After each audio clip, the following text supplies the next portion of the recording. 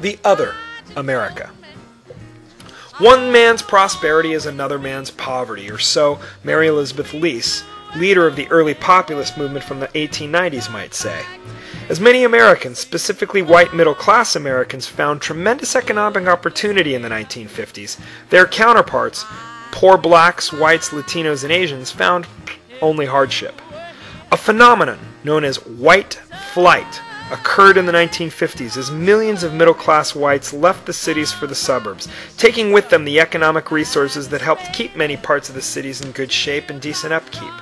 Their local tax dollars, which cleaned streets and picked up trash, left them pouring instead into the new suburban neighborhoods into which they moved. As a result, cities around the country fell into economic despair.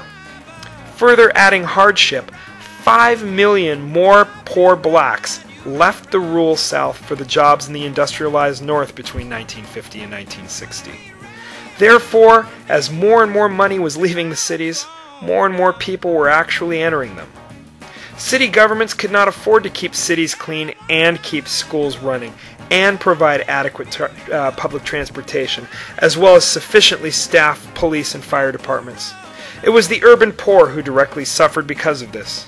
While blacks such as Jackie Robinson, the first black Major League Baseball player to play in the formerly segregated white leagues, made significant cultural strides that would eventually lead to a culture war to end segregation entirely, few blacks in the cities prospered at all because of this.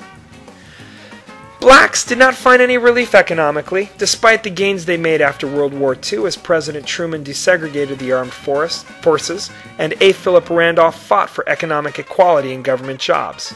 Between 1950 and 1960, blacks were making only roughly 55% of what their white equivalents were making.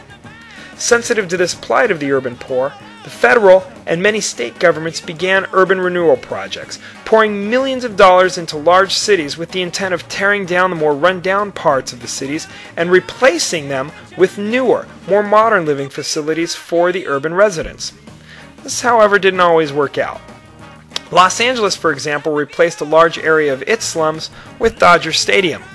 Gosh, not a lot of room to live there. In other cities, the new housing was so nice and so attractive and so cheap that middle-class and upper-class whites swooped in and bought up all the available homes. In many cases, urban renewal simply resulted in urban removal, forcing the poor who lived in a renewed neighborhood to move to another part of town. Mexican Americans also struggled at this time. The Bracero movement, which had brought in hundreds of thousands of migrant laborers up from Mexico legally to work on western farms, ended after the war. Many braceros, however, became dependent upon this income and didn't want to leave America, choosing to remain illegally instead. Despite the fact that farm owners and ranchers were more often than not all too happy to employ this cheaper source of labor, few respected their rights or even their human dignity. Many farmers had their crop dusters, small aircraft that would spray pesticides like DDT on their crops, spray while the farm workers were out in the field. This resulted in some labor camps seeing spikes in leukemia rates among children and adults, soaring well over 25%. In Texas, a decorated World War II hero who lost his life in the Philippines named Felix Longoria was denied funeral services by the one undertaker in his hometown simply because Longoria was of Mexican descent.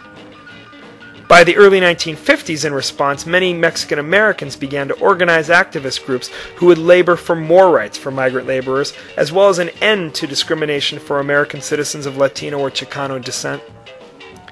Native Americans who, by percentage, volunteered to fight in World War II at a higher rate than any other American ethnicity, remained second-class citizens in their own country.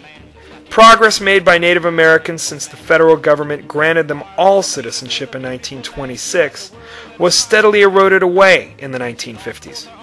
In 1934, the Indian Reorganization Act moved away from the Americanization policy of assimilating natives into white culture and moved instead towards recognizing tribes' autonomy and promoted more social and economic strength within tribes by directly spending a lot of government money on them.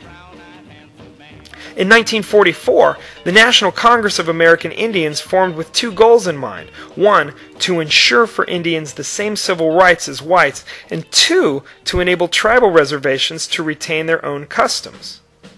By the time World War II was at a peak, it seemed like Native Americans were in fact making strident social and economic gains. 1953, however, would change that. Under Eisenhower, the federal government officially gave up any of its responsibility towards Native tribes under what became known as the termination policy.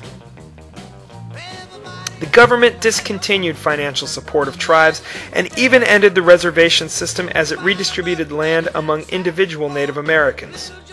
In response to this, tens of thousands of Native Americans left their land and tried their luck in cities across America. However, because of racial prejudice and a lack of sufficient job training, few found any stability or even acceptance there. Native Americans experienced a new era of poverty, prejudice, and oppression that would only worsen until key legal battles during the 1990s across the country gave them the right to own and run casinos in states where gambling was even illegal. This modern economic boom would finally provide many tribes with the economic prosperity and well-being they all had once dreamed of, but America seemed to always keep just out of reach.